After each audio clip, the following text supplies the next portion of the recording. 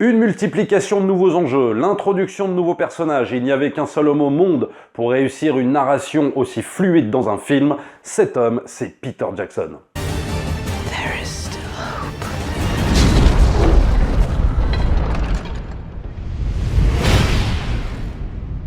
Bonjour à tous et bienvenue dans cette nouvelle vidéo et aujourd'hui je reviens sur les deux tours sortis en 2002.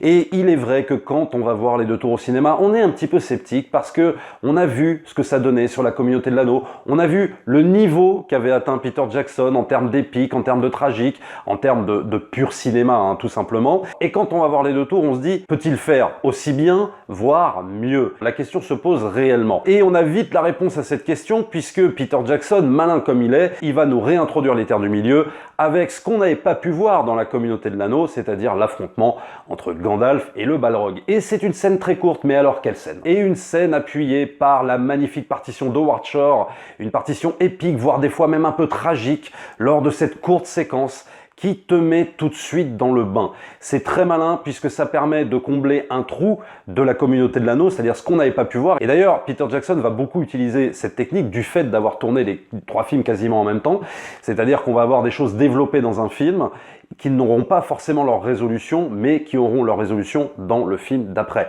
Et c'est exactement le cas avec cette scène entre le Balrog et Gandalf. Donc déjà, Peter Jackson nous plonge dans l'ambiance et nous annonce qu'on va passer 3 heures avec de la magie, avec de l'épique, dans un monde barbare et qu'on va en prendre plein les yeux pendant 3 heures. Et il faut savoir qu'au départ, les producteurs du film voulaient une sorte de récap best-of de la communauté de l'anneau, mais ça, Peter Jackson s'y est toujours opposé. Il voulait privilégier l'immersion rapide, tout de suite, avec cette fameuse scène du Balrog et Gandalf. We track a band of Uruk-hai westward across the plain. They've taken 2 of our friends captive. Look for your friends. Mais va se jouer quand même dans les deux tours et c'est là où on peut être très perplexe, c'est la complexité de la narration qui va naître en fait de la dislocation de cette fameuse communauté de l'anneau puisque maintenant on va avoir 3 récits distincts. D'un côté on va avoir Frodon et Sam avec Gollum, on va avoir Legolas, Gimli, Aragorn avec le Rohan et on va avoir Merry et Pippin avec les Ents. C'est-à-dire que dans cette trilogie, et c'est là pour moi où Peter Jackson, je le qualifie réellement de magicien, il marche sur un fil réellement parce qu'il s'agit de réadapter un livre sans trahir l'âme du roman, sans trahir la sève du roman, et il y arrive évidemment parfaitement. Et comme il y a 3 récits différents, toute la complexité va résider dans le fait de rendre tout ça très fluide, très cohérent. Et c'est là aussi où Peter Jackson fait réellement son travail, c'est-à-dire qu'il va utiliser un montage extrêmement fluide pour lier les arcs narratifs entre eux, et pour pas que ça fasse 3 récits trop distincts. Et donc pour lier ces récits entre eux, il va utiliser des techniques de montage assez astucieuses, quand par exemple Merry et Pippin doivent échapper aux orques, aux Uruk-hai et qui vont se réfugier dans la forêt de Fangorn, tu as un montage parallèle avec une autre temporalité de Aragorn qui mène une petite enquête en gros sur la trace de ces fameux hobbits. Donc ça permet en gros de relier les 2 récits entre eux et ça Peter Jackson va beaucoup l'utiliser pour éviter qu'un faux rythme s'impose, pour bien rythmer le début de son film et pour nous immerger totalement en tant que spectateur. Where is it? Just tie him up and leave him. You know the way to Mordor. Alors après, évidemment, on va faire la connaissance d'un personnage emblématique de la saga, l'introduction de Gollum. Et il faut juste se rappeler qu'en 2002, que la première fois qu'on voit Gollum, on se prend quand même une belle baffe dans la gueule, puisqu'il est en motion capture avec Andy Serkis derrière. Et c'est vrai que Gollum, c'est le gros pari de cette trilogie. Ça aurait pu être totalement ridicule, mais grâce au talent de Peter Jackson, grâce au talent d'Andy Serkis, on a un personnage totalement crédible qui représente une véritable menace sur Frodon et Sam. On a vraiment peur de ce personnage, il est effrayant. Peut-être que maintenant, allez, ça a un petit peu pris un coup de vieux parce que en termes de performance capture, on s'est beaucoup amélioré, mais à l'époque, je peux vous dire que ça envoyait du très très lourd et ça va être tout le paradoxe d'ailleurs des deux tours. On va utiliser par exemple la performance capture avec Gollum et paradoxalement, les Uruk-hai, les orques vont être des acteurs maquillés et on y croit à fond. Et c'est tout le paradoxe en fait de cette trilogie, c'est-à-dire que on arrive à utiliser du CGI, mais on taille dans le réel. Et Peter Jackson comprend que ce n'est pas parce que tu fais un film qui emprunte au fantastique, qui creuse une véritable mythologie fantastique avec de la féerie, qu'il faut que tu abuses des CGI. Et je fais juste une petite parenthèse sur le nombre de films qui abusent et surabusent des CGI. Encore hier, je voyais le dernier X-Men, mais c'est des CGI tout le temps, partout, partout, partout. Et il y a tellement de moments où tu as envie de leur dire, mais quand est-ce que tu me montres le réel? Quand est-ce que tu montres quelque chose de palpable? Et quand tu vois les Uruk-hai et les orques, c'est réellement palpable, ils font peur, ils sont effrayants, et pourtant ce sont des acteurs maquillés. Tu vois, c'est tout le paradoxe et c'est toute l'intelligence d'un Peter Jackson qui va savoir utiliser deux techniques bien différentes pour bien te plonger dans son univers. Et si je reviens sur Gollum, il est effrayant, il est imposant. Peter Jackson le filme en plongée, il se déplace comme une araignée. D'ailleurs, on dirait qu'il compense le fait qu'on ne verra pas Arachné dans les deux tours. Et oui, c'était moi ma petite déception quand j'ai vu les deux tours parce que je pensais voir Arachné, mais on la verra dans le troisième opus, le Retour du Roi.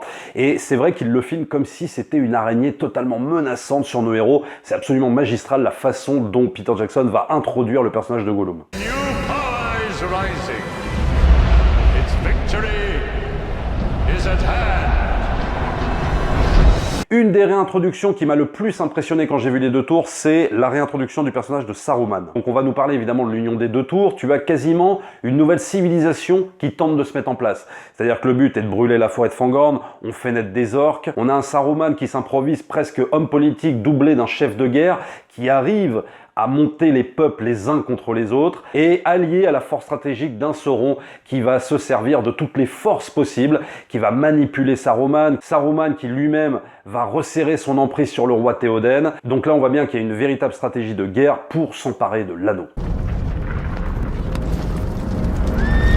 What business does an elf, a man and a dwarf have in the Ridamar? Alors dans les choses nouvelles par rapport au premier film, il y a évidemment le Rohan, ce peuple qui va être introduit dans les deux tours et qui va avoir son importance non seulement dans les deux tours, mais aussi dans le film d'après, et ce qui va nous permettre aussi de faire la connaissance de nouveaux personnages, comme par exemple un personnage féminin, Éowyn. Une des scènes qui m'a le plus impressionné, c'est justement dans la forêt de Fangorn, où on fait la connaissance de Silverbarb. Là, j'ai trouvé ça juste incroyable. Et ce ne sont pas des créatures employées gratuitement par Peter Jackson, il ne s'agit pas de te montrer des arbres qui bougent, qui parlent, etc. On te raconte leur passé. Silverbarb a une véritable épaisseur en tant que personnage, et ça, grâce évidemment au roman de Tolkien, on va leur donner un véritable arc narratif dans leur volonté de s'allier avec les Hobbits pour détruire Saruman. Ils vont avoir une véritable utilité dans la narration.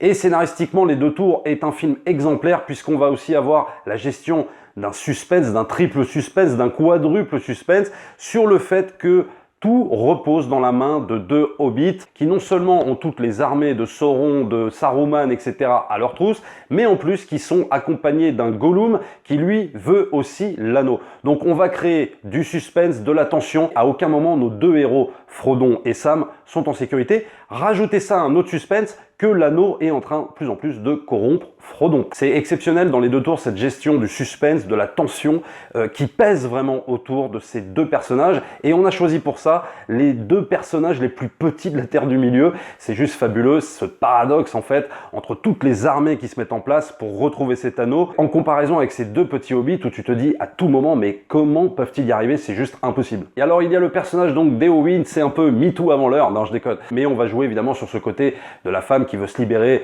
du carcan dans lequel on l'a enfermée, et on va amorcer une notion de triangle amoureux qui n'est pour moi peut-être pas le truc le plus réussi dans la trilogie, et on va jouer sur Éowyn, Aragorn et Arwen. C'est pas le truc pour moi le plus réussi du film. Par contre, Arwen va être bien mieux exploitée que dans la communauté de l'anneau, avec le fait de rester ce qu'elle est ou de devenir une mortelle. There will be no dawn for men. Alors il y a évidemment la fameuse bataille du gouffre de Helm, mais je vais pas vous la raconter, ça ne servira à rien vraiment. Là je ne peux absolument rien dire sur une scène aussi épique, une des meilleures batailles de l'histoire du cinéma, même si moi je vais préférer la bataille près de Minas Tirith dans le Retour du Roi, mais la bataille du gouffre de Helm est juste dantesque. Elle est amenée par cette fameuse scène où Saruman, en haut de sa tour, crie « To war !»